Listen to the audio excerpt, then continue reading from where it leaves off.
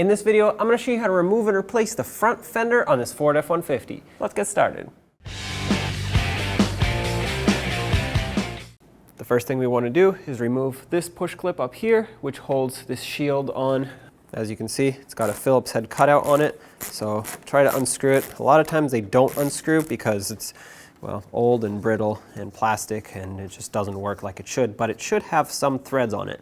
Once you get it mostly out, you should be able to remove it completely, and then the rest of this push clip should pull right out, and then you'll be able to push this aside.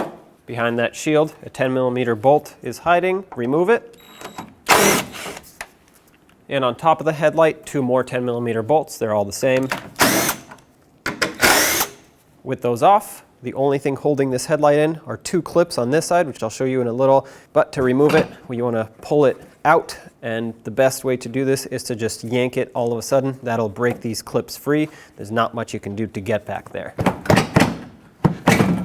There we go.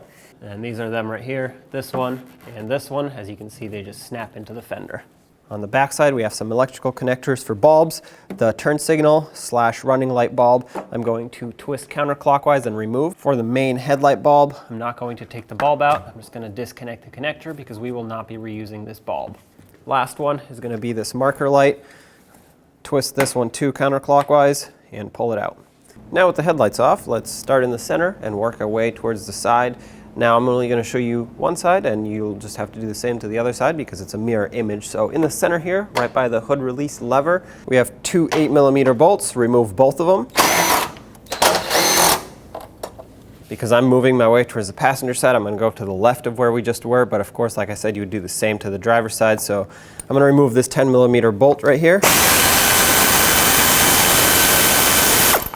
Do the same to the other side. And now if you look right behind where the headlight was, where the fender meets the bumper cover assembly here, there are several 10mm fasteners. You'll see 2 of them here. There will be one further down. I'll show you that one in a second, but let's remove these 2 for now. So this first one you can get through right here. If you have an air ratchet or some other power tool that fits, it'll be a lot easier because you don't have to swing it back and forth.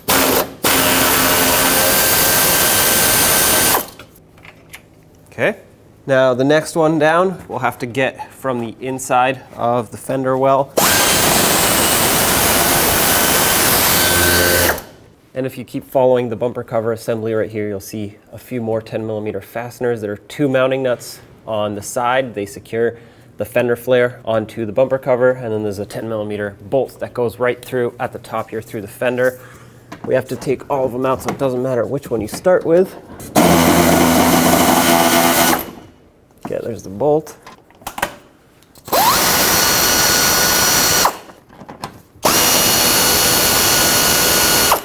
Alright, so that's 2 of them. As you can see, the fender flare now pulls away. Last fastener that we have to remove is this one right here. It's a 10mm bolt that secures the bumper cover bracket.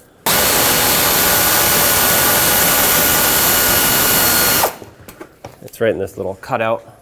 And once you take that out, you should be able to pull this away, just like so. There we go.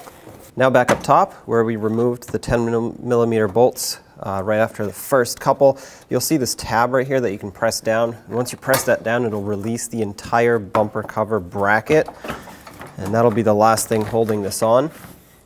And with that released, you should be able to pull this out and away. To continue unbolting the fender, there's going to be an 8mm bolt right here that connects this bracket arm piece to the lower radiator support. So remove that. Let's continue by removing the fender liner so we can get the fender off. There's a push clip here at the front. If you just pry on the fender liner, this should pop out. 2 more push clips all the way at the top of the fender liner. Get both of these out as well.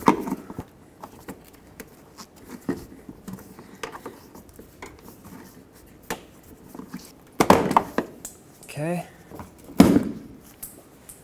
Now let's remove all of these accessories, wires, and other things that are connected on the back side of the fender liner. You just reach behind, there should just be a connector on most of them that you can grab onto and pry away. If you look at the top of the fender liner where it meets the fender flare, or on the edge here, there are going to be several 5.5mm screws. This one is towards the front. Take this out. Looking back towards the door, you'll see another one right here. And there should be a push clip underneath here. Mine is missing, but if you pull this away, you'll see two more 5.5mm screws.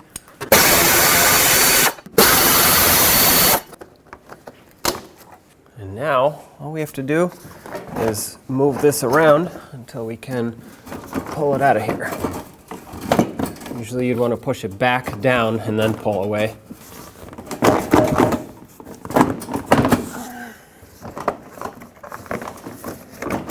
There we go.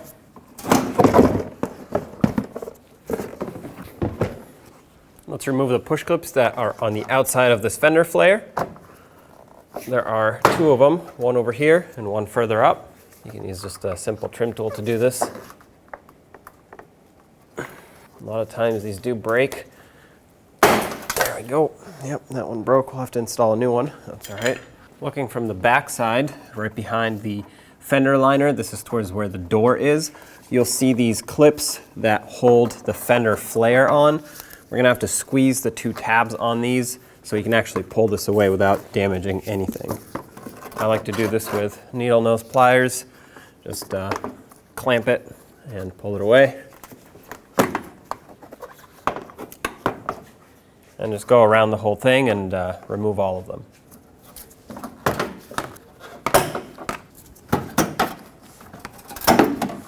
All right, take the fender flare off. Next we have to remove this plastic corner piece here. There's gonna be a push clip underneath. Try to get this one out. And I say try because, well, it's probably gonna break. Okay, sometimes cutters do the trick. Now to get this off of here, I'm gonna stick a trim tool and pry it off. Just has a couple of retainers that need to pop off. There we go. All right, now let's take these two 8mm bolts out.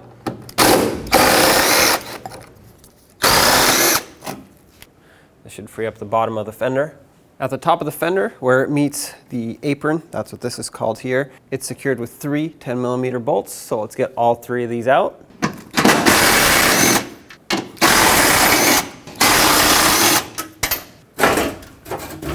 Since we're working on the passenger side, we have to remove the antenna. If this was the driver's side, you wouldn't have to. I'm gonna take a plastic trim tool, try to get it underneath here, pop this cover off.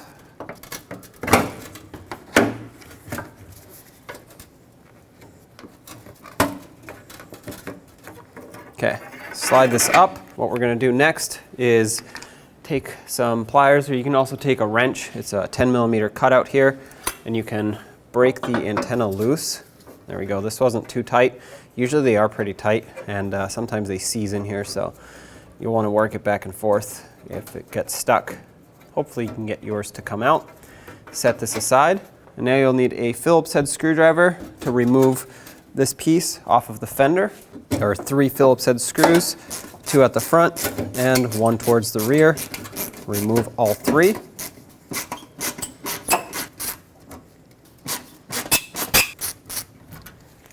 Now you can pull this up. Squeeze this two little tabs here, pull it down. To finish unplugging the antenna cable, we have to go inside the truck and open up the glove compartment. And you're gonna have to squeeze in both sides like this. Pull the owner's manual out of the way, pull this down, and right back here is gonna be the connector for the antenna, because the wire is gonna have to come out through the fender. Unfortunately, there's no connector out there. So looking back here, you'll see a mess of wiring, but this is actually the wire that we're after. It's right out in the open here. Just pull out on it. Now if we just pop it off of this retainer, it's electrical taped in place. There we go. So at this point, if you look at it, it'll go towards the fender. So let's go back out there and pull it through. And right here through the fender, you see where the cable comes through. So just pull on it, and it should come right out. There it is. And from the top of the fender, we can remove the entire antenna cable through here. Set that aside. I'm going to put one of the bolts in for the fender so that as I unbolt the last couple bolts that actually go through the door jamb, this doesn't fall off. With this bolt here, I mean, it can move around, but it's not going to fall on the ground. Looking between the door and the A-pillar, so right in the door jamb here, you'll see an 8mm bolt right at the top there. We'll have to get to that, and it might look like you can't get to it, but with an extension you actually can, because this is just a rubber seal. There it is. Okay, take this out. The only other bolt holding this fender in is this one at the bottom, and you'll notice that it's coming in from the other side, so from the outside in, and I'll show you exactly where to get to that. If you look inside the fender, you'll see this hole that is filled with foam. If you peel this foam back, I know it's going to be difficult to see right now, but I can just use some pliers. Just make an access hole in the foam. You'll see it, the head of a bolt, and that's the one that sits backwards from the outside in. So let's grab an extension and an 8mm socket, get that bolt out. There it is. So at this point, the fender is held on with my little bolts that I put here just for safety, but it's loose, and then foam. So Ford likes to put a lot of foam on fenders and other body panels. So all we have to do now is pry it away slowly, and it should peel away.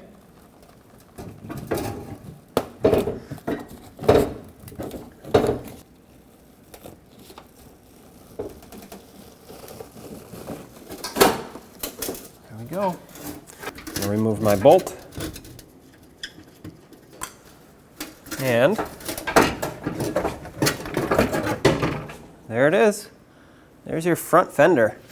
Now if you had your new fender, you would obviously get it painted or paint it yourself. And then it's time to reinstall it. Be very careful not to scratch up any other paint. Slide it over. And just like when we removed it, I'm going to put a bolt up top here just to hold it in place while I get everything else connected. All right. So now at least it can't fall off. Let's start by putting in the 2 bolts that go inside the A-pillar so we can actually position it properly here. I'm going to tighten this bolt that I put in that I wanted to hold the fender with, because I don't want it to move in and out like this. I want it held on tight, and I know that for me, I actually have these marks here because I'm reusing my original fender, but if you have a new one, you're not going to have these marks. What you can do though is just kind of eyeball it temporarily, and of course we're going to have to come back here, loosen and adjust, but for now I wanted to stop doing this so I can bolt up the 2 A-pillar bolts.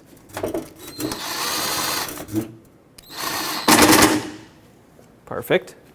This also gives us now a point of pivot so it can move around it. So now back underneath here, let's get the bolt in that holds the fender on the bottom.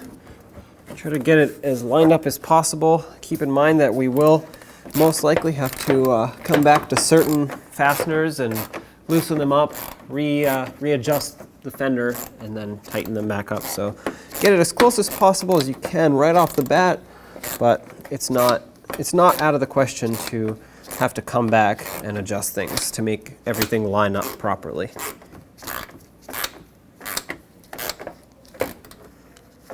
Okay, make this nice and snug. If you don't plan on coming back here to loosen this up, well, yeah, it's not like you'll know until the end, but if you think it's perfect, just make sure it's nice and snug so that we can move on. Now let's get the bolt in from the inside through the door jamb here. Okay, what I have to do now is actually push the fender in a little bit, but first I'm going to see if I can actually pull it in by pulling on the tool. Okay, so I'm going to look at my mark here, see if it lines up with what it was before. It looks like it's a little bit to the right, but I'm going to leave it here, see if I can adjust it elsewhere. If not, I'll have to come back here, but basically this is tight. let's move on. What you're looking for is this gap right here, which actually right on the A-pillar, it looks perfect. It looks the same as the driver's side. I already double checked, so we might actually be perfectly lined up here. The windshield cowl sits very nicely here. It's lined up, it's even across. That's what you're looking for, is just even gaps across, or well, no gaps in this case. The seal is sitting nice and flat across the fender. With the door closed, you can also see a very even gap all along, and the fender isn't sitting too high or too low. It's perfectly lined up. So I'm actually very happy with this. Let's continue by putting the top bolts in. Get these two back in. If you wanted to put some anti-seize on these, you can. A lot of times these do get corroded. And once again, I'm just gonna eyeball it. We might have to come back and adjust, but for now, we'll get it close.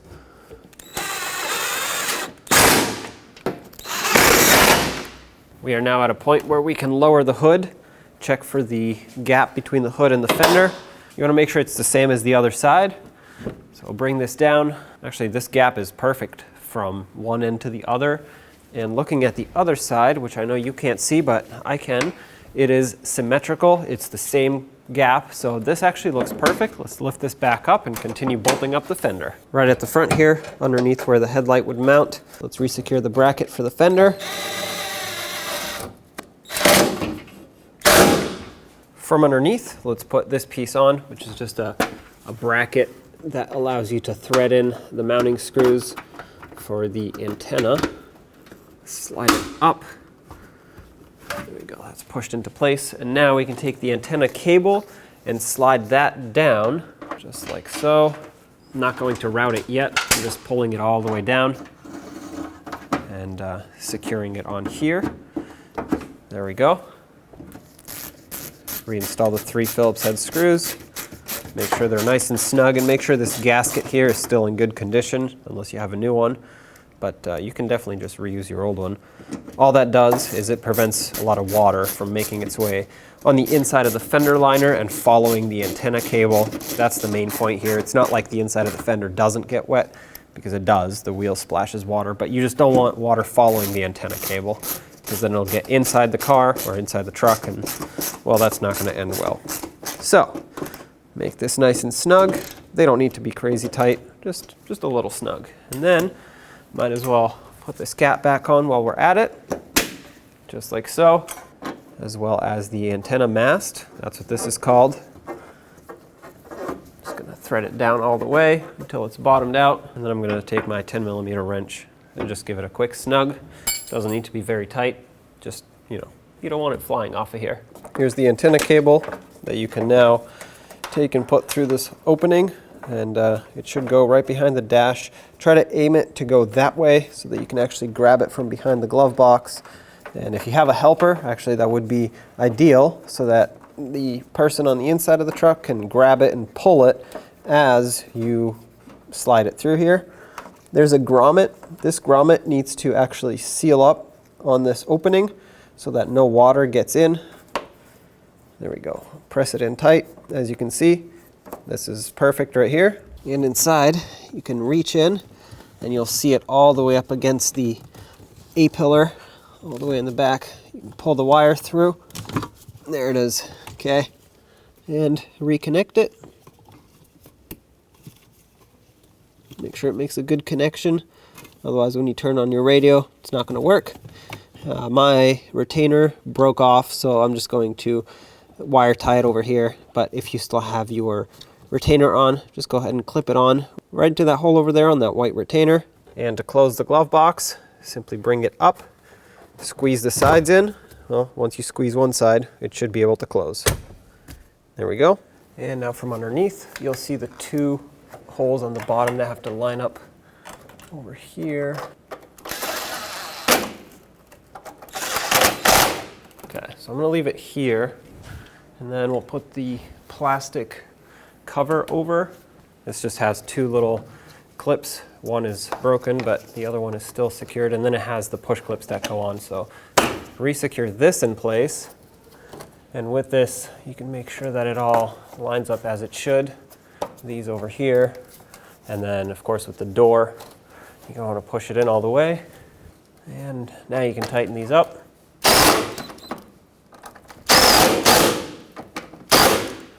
Okay, and now you want to take the fender flare, line that up with the push clips, and tap them in.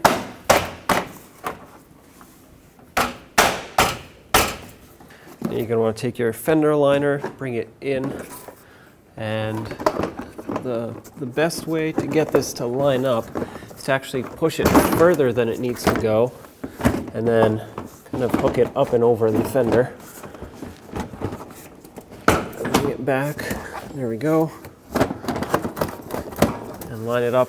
It's got the two mounting points up top, the push clips, and then the ones on the side.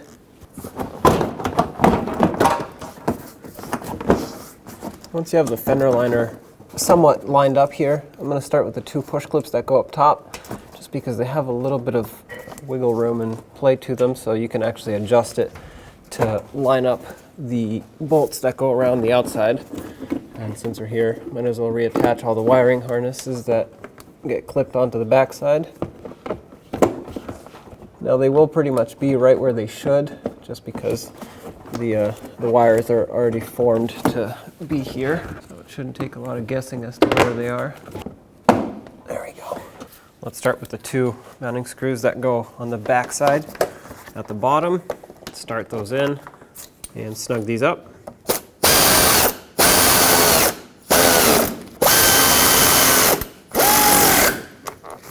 At the bottom there will be two push clips to be reinstalled, one over here and then one right over here. Okay, and another one, if you follow the fender flare up, resecure this one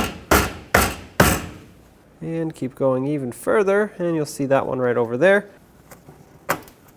All right, now let's put back the mounting screws on the side here.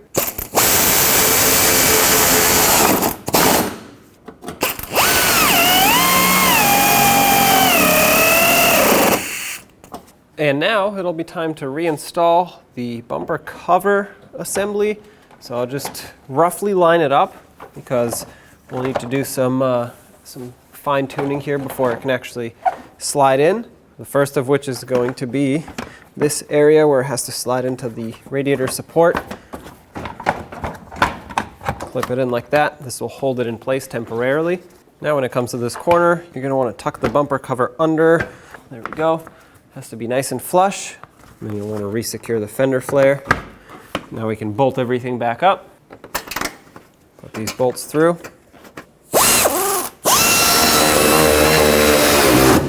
Snug them up. A few more things to be put back here. There's going to be this bolt right on the corner, and then the two mounting nuts that hold the fender flare onto the fender itself. Tighten them all up.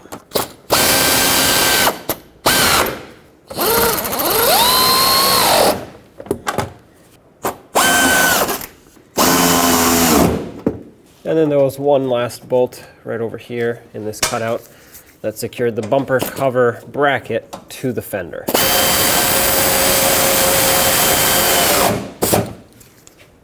Let's put back this bolt over here that goes kind of underneath the headlight.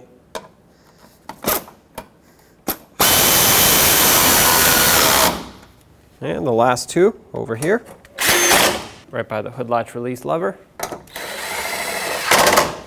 Line up the socket. Once it falls in, turn it clockwise, and it should lock in. Now let's do the same for the rest of the bulbs. Once it lines up, slide it down and turn it clockwise to lock it in. And we are left with the turn signal / running light bulb. Slide this one in as well and turn it clockwise until it stops. And there we go, all the bulbs are lined up. Now just line up those two tabs with the fender, bring the headlight in. Once you feel it slide in, tap it and it should lock into place. At the top, let's put the two mounting screws back, tighten them up, and put this one back that was underneath this rubber flap here. Now line up this push clip, slide it through. You can pull the center out if you need to, if it doesn't fit. Then push the center back in all the way, and there you have it. At the end of this video, you'll see how to adjust your headlights properly, which you'll want to do, and to adjust them, you have an adjustment screw that goes right through this opening. So that's where you'd use a Phillips head screwdriver and aim the beam up or down. Now we're going to get the vehicle ready to aim the headlights. Start with the tire pressure, making sure all 4 tires are set at the appropriate pressure. Remove any excessive weight that's not normally in the vehicle. Find a wall that you can drive up to where the ground is level. Measure 25 feet away from that wall and mark the ground. Drive your vehicle up to that mark. With the headlights off, look for the center dot in the headlight lens. Measure from the ground to that center dot. You can use a ruler to help you out. Transferring that measurement to the wall, making a mark with some tape. On the driver's side, measure down 4 inches, putting another piece of tape. For the passenger side, you only need to measure down 2 inches. Now turning the headlights on, it is easier to do this at night or in a dark area. Locating your headlight adjuster and using a Phillips head screwdriver, turn your adjuster one way or another to bring the headlight up or down. Once the headlight is adjusted to the tape mark on the wall, move on to the next headlight. If you're confused because the beams seem to blend together, you can always have someone stand in front of the other headlight while you make your adjustments for that one. Now your headlights are aligned and you're all set to go. When only the best will do, demand TRQ. The only company that lets you view before you do. TRQ is committed to offering the highest quality aftermarket auto parts that are engineered for peace of mind. Thanks for using and viewing with TRQ.